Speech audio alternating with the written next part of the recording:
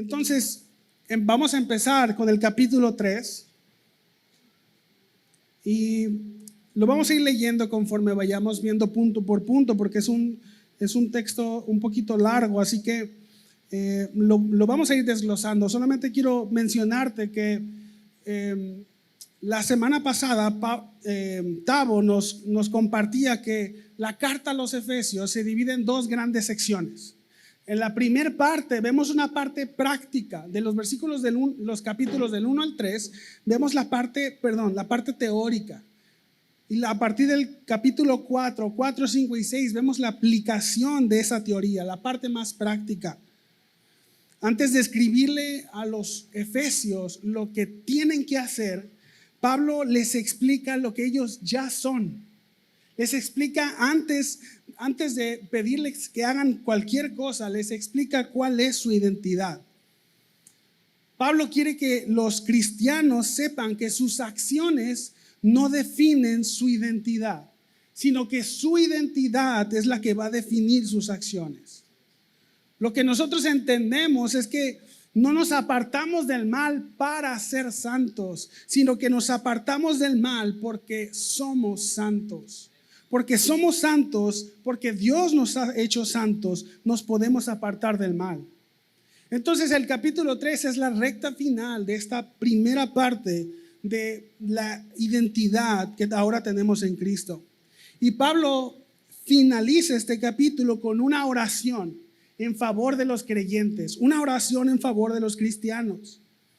Pero el pasaje que vamos a estudiar hoy parece ser un gran paréntesis en la oración que Pablo va a hacer. De hecho, la versión de las Américas lo pone literalmente entre paréntesis. Parece que Pablo, antes de finalizar con esta oración, antes de hacer la oración, Pablo quiere dejar en claro algunos temas o algunos puntos acerca del plan que Dios ha revelado por medio de sus apóstoles y sus profetas. En el versículo 1, Pablo inicia la oración, pero la continúa hasta el versículo 14. Eso lo vamos a ver la próxima semana. Acompáñame al versículo 1 del capítulo 3. Dice así: cuando pienso en todo esto, yo, Pablo, prisionero de Cristo Jesús, por el bien de ustedes, los gentiles. Y la Nueva Traducción Viviente hace unos puntos suspensivos y cambia el tema. Ahora, lo que Pablo inicia en esta oración es que el corazón de esta oración es consecuencia de lo que Pablo ya ha venido expresando en los capítulos anteriores. ¿Qué es lo que Pablo ha dicho anteriormente? Bueno, que somos bendecidos con toda bendición espiritual, que somos escogidos en Cristo desde antes de la fundación del mundo, que el Espíritu Santo nos es dado como garantía de nuestra redención. Lo que miramos la semana pasada es que ahora somos parte de un nuevo pueblo. Somos parte de una nueva familia. Hemos sido parte de un nuevo templo. Pero hay un detalle que no quiero dejar pasar de esta introducción, y es cómo Pablo se miraba a sí mismo. Lo que Pablo pensaba de sí mismo y del ministerio. Se cree que cuando Pablo escribió la carta a los Efesios, Pablo estaba prisionero en Roma. Estaba en una especie de arresto domiciliario. ¿Cómo fue que Pablo llegó ahí? Bueno, en el libro de los Hechos, en el capítulo 21, vemos que Pablo llega al templo en Jerusalén y algunas personas, algunos judíos, se dan cuenta de que Pablo estaba ahí y empiezan a decir que Pablo en ciudades gentiles, en otras ciudades, había estado predicando en contra de los judíos, en contra del pueblo judío, en contra de la ley judía. Entonces la gente se enoja mucho y se hace un gran alboroto. Sacan a Pablo del templo y están a punto de lincharlo. Si no es porque unos soldados lo toman preso y lo apartan de la multitud. Bueno, Pablo, después del capítulo 21 de los Hechos, vamos viendo cómo Pablo va pasando de una autoridad a otra. Pasa del comandante a al gobernador y posteriormente es mandado hacia el emperador. Nadie quiere liberar a Pablo porque está siendo acusado por personas, por autoridades judías, pero está prisionero por autoridades romanas. Ahora, ¿de quién es prisionero Pablo? ¿Es prisionero de las autoridades judías? ¿Es prisionero de las autoridades romanas? Observa de nuevo el versículo 1, dice la Nueva Biblia de las Américas: Pablo, prisionero de Cristo, por amor de ustedes los gentiles. Pablo no se identifica a sí mismo como prisionero de Roma, a pesar de ser preso por autoridades romanas. Pablo no se ve a sí mismo como prisionero de los judíos, a pesar de estar preso por acusaciones judías. Pablo tiene una perspectiva más elevada de las circunstancias que vive. ¿Recuerdas lo que Pablo escribió en el capítulo 1?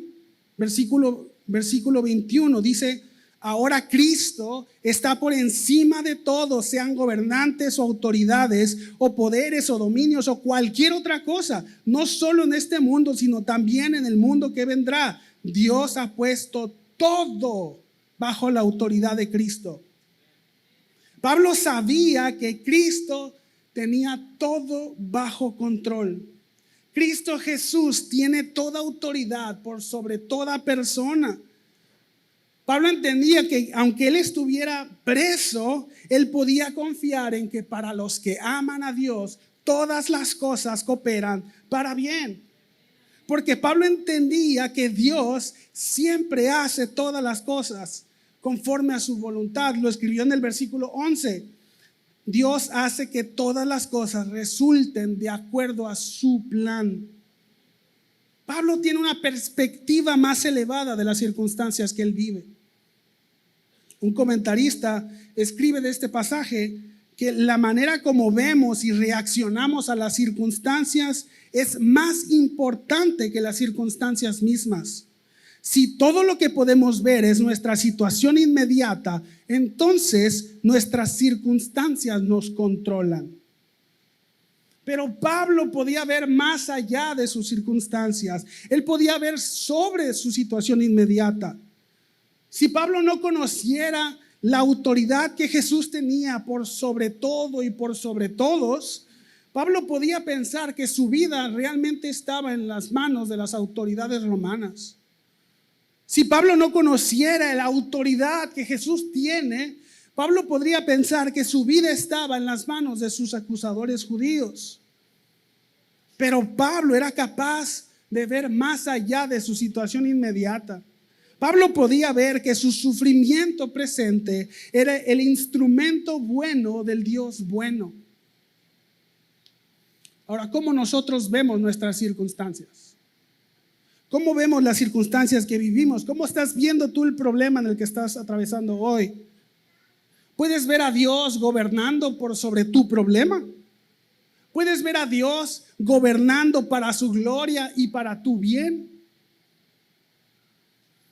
Es triste, pero los cristianos tendemos a sacar a Dios de lo cotidiano. Podemos llegar a creer que Dios gobierna por sobre todas las cosas, pero dudamos que Dios esté gobernando cuando reprueba una materia. Dudamos que Dios gobierne cuando un amigo o una amiga me traiciona.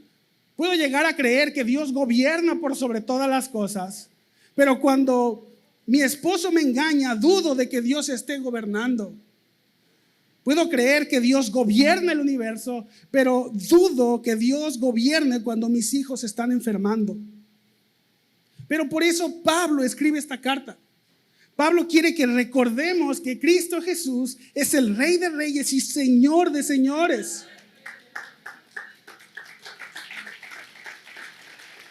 Dios ha puesto todo bajo la autoridad de Cristo. En Cristo nosotros ya somos bendecidos con toda bendición espiritual. En Cristo tenemos una esperanza segura, una herencia segura. Bueno, esta oración que comenzó muy interesante es pausada. En el versículo 2, Pablo comienza con un nuevo argumento. Si te gustó el inicio de la oración, no te pierdas la siguiente sesión, la vamos a ver con más detalle.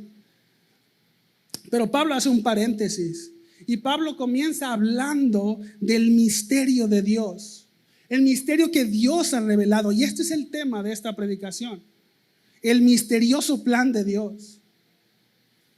Bueno, lo que vemos de este misterio es que Pablo ha sido encargado por Dios para revelar este misterio a los gentiles. Observa el versículo 2. A propósito, doy por sentado que ustedes saben que Dios me encargó de manera especial extenderle su gracia a ustedes los gentiles. Tal como antes les escribí brevemente, Dios mismo me reveló su misterioso plan. Cuando lean esto que les escribo, entenderán la percepción que tengo de este plan acerca de Cristo. Dios le encargó a Pablo llevar su mensaje, el mensaje del evangelio a los gentiles. Si nosotros recordamos cómo fue el llamamiento de Pablo, recordaremos que no fue un evento programado. Pablo no tenía programado reunirse con Jesús.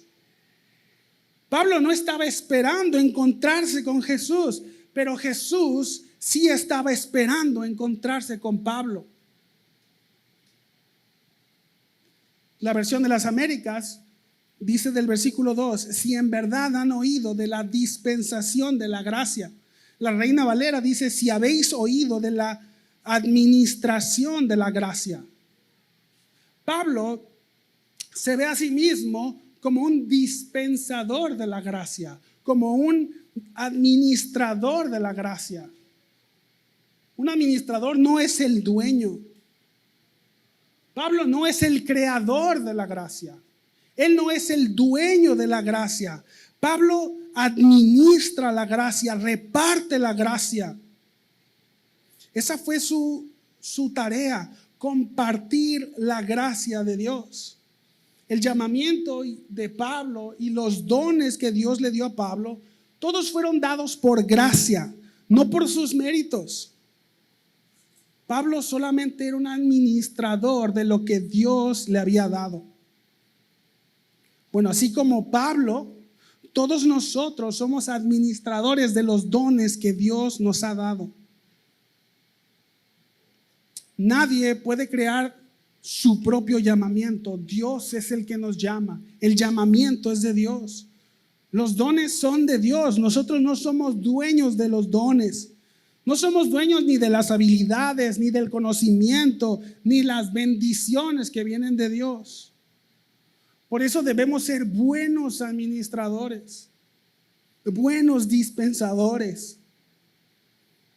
Pedro escribe en 1 de Pedro 4:10, Dios, de su gran variedad de dones espirituales, les ha dado un don a cada uno de ustedes.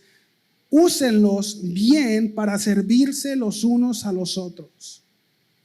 Si tú eres cristiano, Dios te ha dado dones. Y esto es seguro porque no te los dio para ti, los dio para la iglesia. Dios ha dado dones para la edificación de su iglesia. La manera en que nosotros usamos correctamente los dones que Dios nos ha dado o las habilidades que Dios nos ha dado, no es poniéndolas para nuestro provecho personal. Los dones que Dios nos ha dado los usamos correctamente o les damos buen uso cuando los usamos para servirnos los unos a los otros. Los dones que Dios nos ha dado son para el servicio de los demás.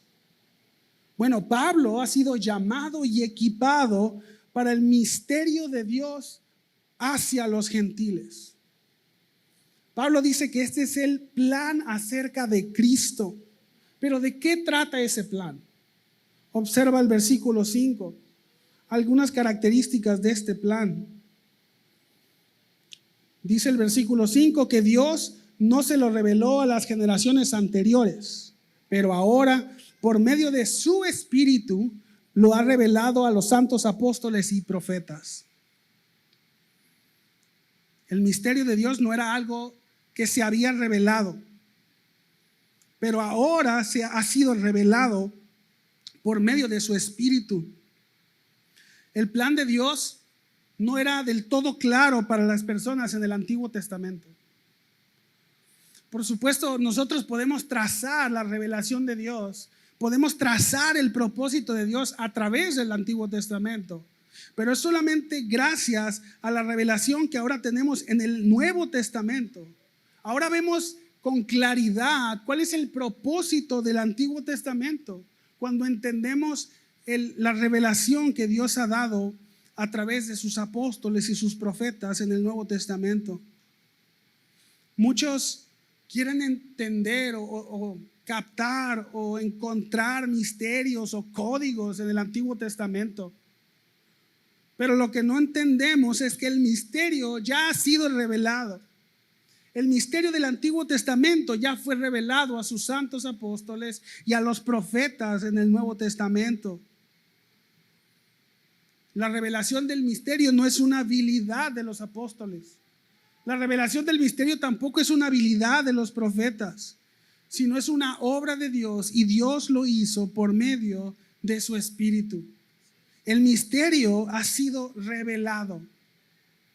Ahora, ¿cuál es ese misterio? ¿Cuál es ese plan? Versículo 6. El plan de Dios consiste en lo siguiente: tanto los judíos como los gentiles que creen la buena noticia gozan por igual de las riquezas heredadas por los hijos de Dios.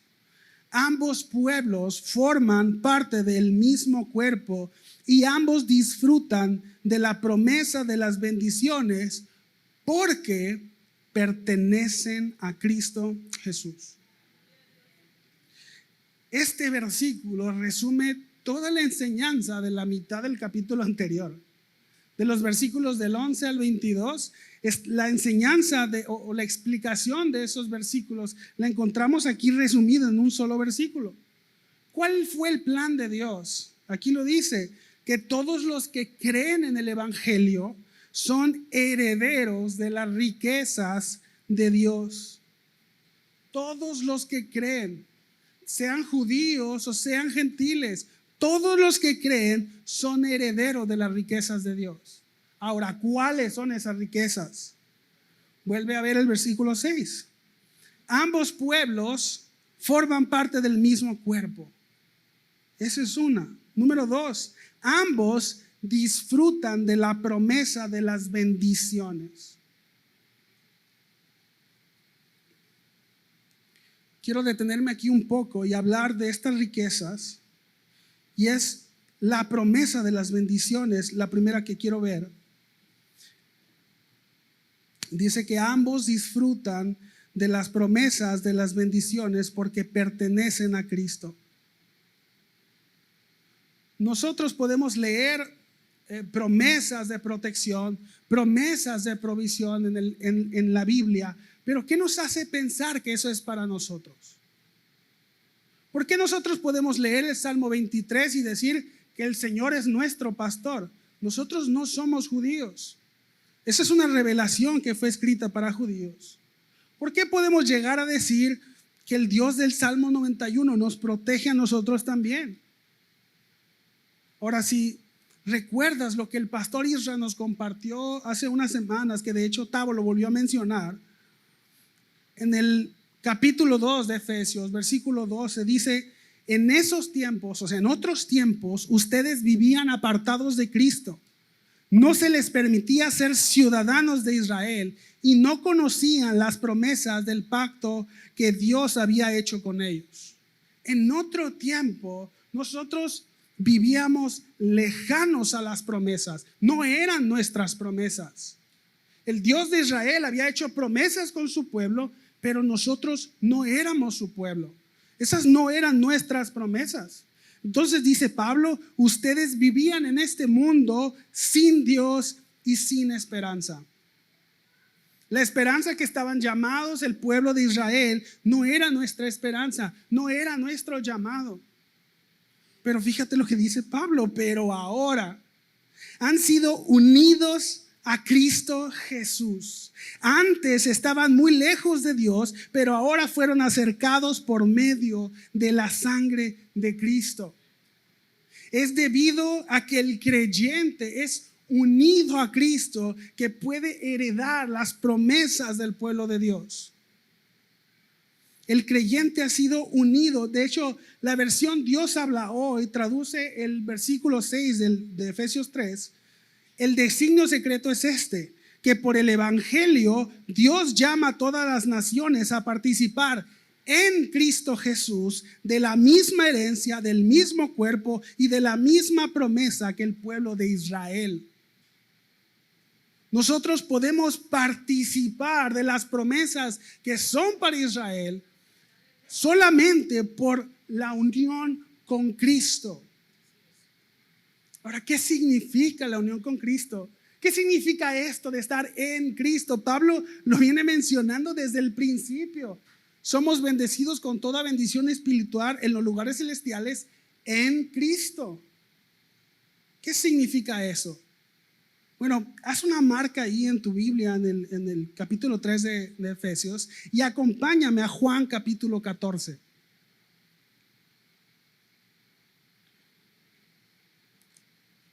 La noche que Jesús fue entregado, Él compartió la cena con sus discípulos y les reveló un misterio que pronto ellos iban a experimentar.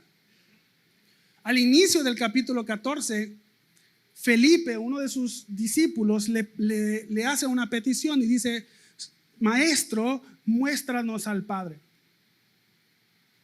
Fíjate lo que responde Jesús en el Juan 14:10. ¿No crees que yo estoy en el Padre y el Padre en mí? Las palabras que yo les digo no las hablo por mi propia cuenta, sino que el Padre que mora en mí es el que hace las obras. Créanme, yo estoy en el Padre y el Padre en mí, y si no, crean por las obras mismas. Jesús les está explicando que entre Él y su Padre existía una unión muy especial. Físicamente estaban separados, pero Jesús dice: la unión con el Padre es tan real que la pueden verificar por las obras que hago. Jesús estaba tan convencido de esa unión que tenía con el Padre que Él dijo que el que lo había visto a Él había visto al Padre. Jesús estaba convencido de que Él estaba en el Padre y que el Padre estaba en Él. Jesús y el Padre estaban unidos. Pero no solamente la enseñanza se queda ahí. Observa el versículo 19. Un poco más de tiempo, dice Jesús, y el mundo no me verá más, pero ustedes me verán, porque yo vivo, ustedes también vivirán. Ese día conocerán. Jesús dice esta palabra no como algo, no como saber, como si fuera una información, sino como una experiencia. Ustedes experimentarán, sabrán por experiencia propia que yo estoy en mi Padre. Ya esto cambia. Y ustedes en mí y yo en ustedes. El que tiene mis mandamientos los guarda, ese es el que me ama, y el que me ama será amado por mi Padre, y yo lo amaré y me manifestaré a él. Jesús asegura que dentro de poco tiempo el mundo ya no lo iba a volver a ver, pero sus discípulos sí lo volverían a ver, porque tras su desaparición Jesús haría posible que la misma unión que hay entre Jesús y el Padre fuera posible entre Jesús y los discípulos. Pronto los discípulos iban a conocer la clase de unión que había entre Jesús y su Padre, porque ellos mismos iban a participar. De esta manera Jesús iba a estar en los discípulos y los discípulos iban a estar en Jesús. ¿Te resulta difícil de creer? Bueno, un discípulo también, dice el versículo 22, Judas, el Iscariote, le dijo: Señor, ¿y qué ha pasado que te vas a manifestar a nosotros y no al mundo? Como, a ver, no entiendo cómo es que estás, pero luego no vas a estar, pero luego sí vas a volver a estar. Jesús le responde: si alguien me ama, guarda mi palabra y mi Padre lo amará, y vendremos a él y haremos con él morada. La razón de que el Padre ame a los discípulos no reside en alguna clase de mérito de los discípulos, sino en el hecho de que los discípulos y Jesús estarían unidos de tal forma que cuando el Padre mira a los discípulos, mira a su propio Hijo. La unión entre los discípulos y Jesús sería de tal manera que cuando el Padre ama a los discípulos, está amando a su propio Hijo. Cuando Dios bendice a los creyentes, bendice a su propio Hijo. Cuando Dios escucha el clamor de los creyentes, escucha el clamor de su Hijo. El pastor MacArthur lo explica de esta manera: la esencia del evangelio es que por medio de la fe en Jesucristo, los creyentes son convertidos en todo lo que Él es, y les es entregado todo lo que Él tiene. Cuando somos unidos a Cristo, el Padre nos ve nos ve como si viera a su Hijo. El Padre nos ve con el amor que ama a su Hijo. El Padre nos recibe o nos aprueba con la aprobación con la que aprueba a su Hijo. No son nuestros méritos los que ve el Padre, ve los méritos de Cristo. Cuando el Padre nos bendice, está bendiciendo a su Hijo. La bendición que el Padre nos da es la bendición de su Hijo. Pablo lo explica de esta manera en Colosenses 1:25. Dios me ha dado la responsabilidad de servir a la iglesia mediante la proclamación del mensaje a ustedes. Es lo que viene diciendo en Efesios. Este mensaje se mantuvo en secreto durante los siglos y generaciones, pero ahora se dio a conocer al pueblo de Dios. Viene en el mismo sentido, en el mismo contexto, pero aquí lo explica así. Dice: Él quería que su pueblo supiera que las riquezas y que la gloria de Cristo también son para ustedes los gentiles. El secreto es el siguiente: Cristo vive en ustedes, y esto les da la seguridad de que participarán de su gloria. La vida eterna no es depositada en nosotros como si fuera una sustancia externa, como si fuéramos ungidos con la vida eterna. La vida eterna de nosotros es la vida eterna de Cristo. Hemos sido unidos a Cristo, hemos sido unidos a la vida misma. Jesús explicó más adelante: yo soy la vid y ustedes las ramas. La vida que nosotros tenemos no es algo externo. Nosotros hemos sido unidos a la vid que es Cristo. Es por este hecho que los méritos de Jesús, que las consecuencias de la obediencia de Jesús son puestas en nuestro favor. Y mis pecados fueron puestos en su muerte. Al ser unido a Cristo, he sido unido a Él en su muerte. Cuando Cristo murió, yo morí con Él. Pablo dice: con Cristo estoy juntamente crucificado. Pablo dice que al ser bautizados en Cristo, hemos sido sumergidos y de Cristo estamos ahora revestidos. Cuando Cristo murió, yo morí con Él. Pero cuando Cristo resucitó, yo resucité con Él. El misterio de Dios es que mediante la unión con Cristo, todos los creyentes tienen el derecho de recibir las bendiciones de Cristo.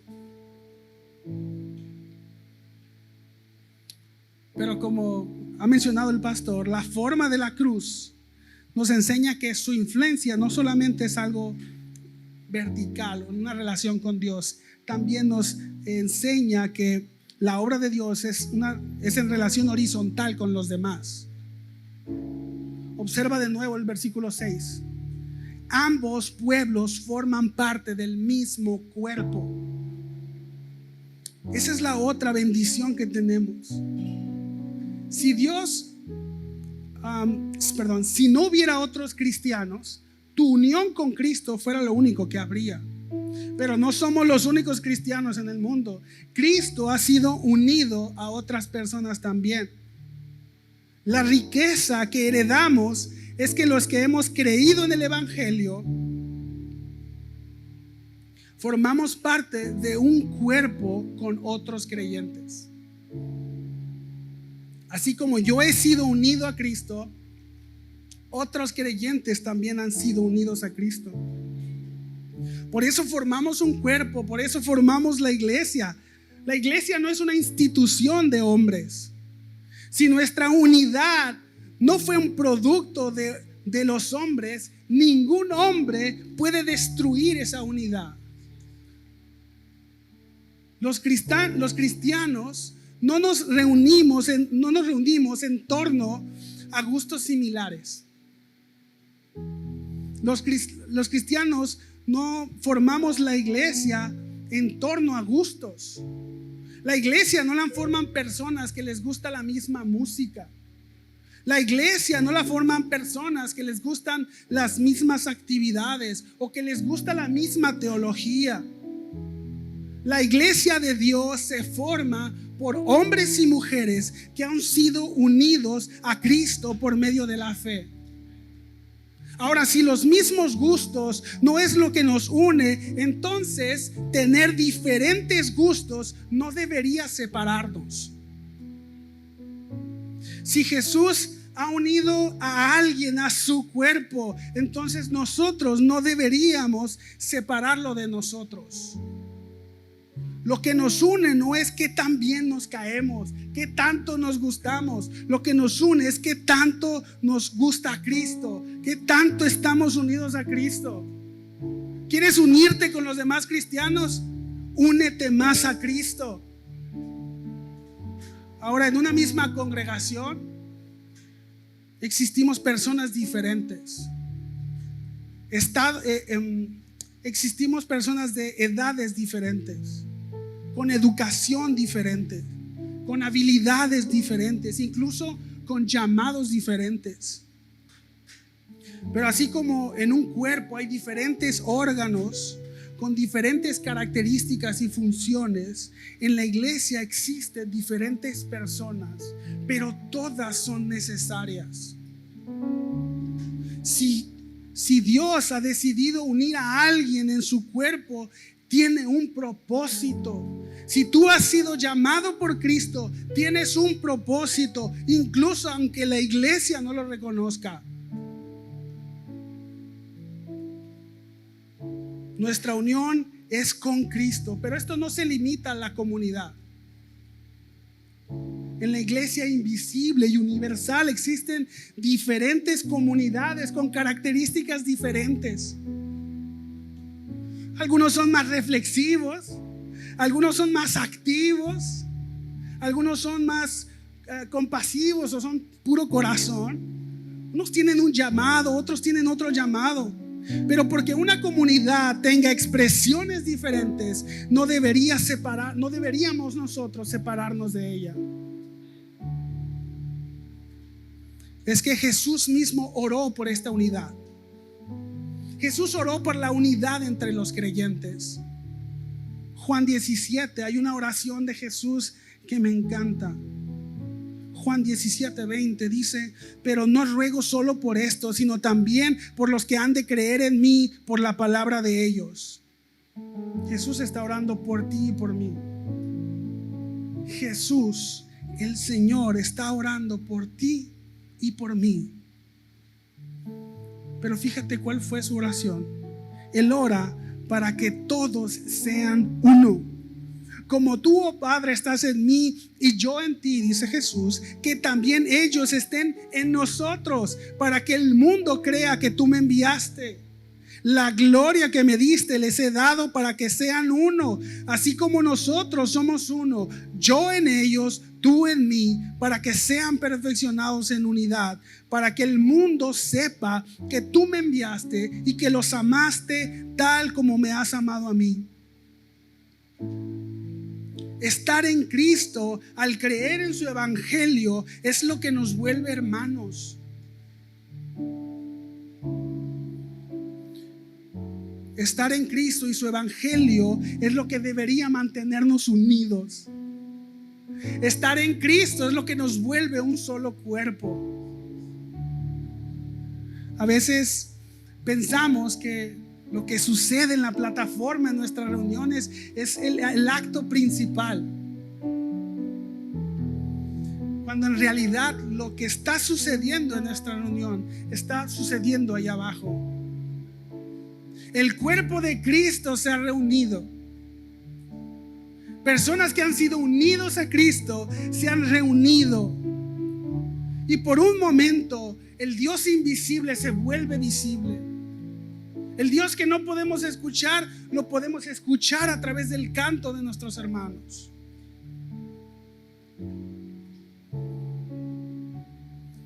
Dice un comentarista que nunca puede haber unidad verdadera aparte de esta realidad. Y nunca puede darse la unidad práctica en la iglesia hasta que los cristianos se den cuenta de su unidad real y vivan en la unidad que ya tienen en Cristo, su Señor y su Salvador, y su Señor y Salvador único y común para todos. No vamos a estar realmente unidos hasta que comprendamos por qué estamos unidos. Cuando entendamos que lo que nos une es la unión con Cristo, mi hermano, los chismes, los pleitos, los desacuerdos no nos van a desunir.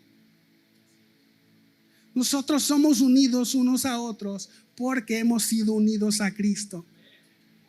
Este es el misterio que Pablo predica.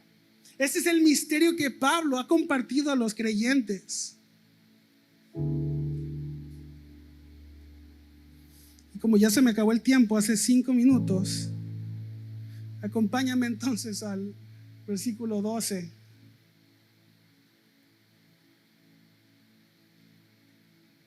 Dice Pablo: gracias a Cristo y a nuestra fe en Él, podemos entrar en la presencia de Dios con toda libertad y confianza.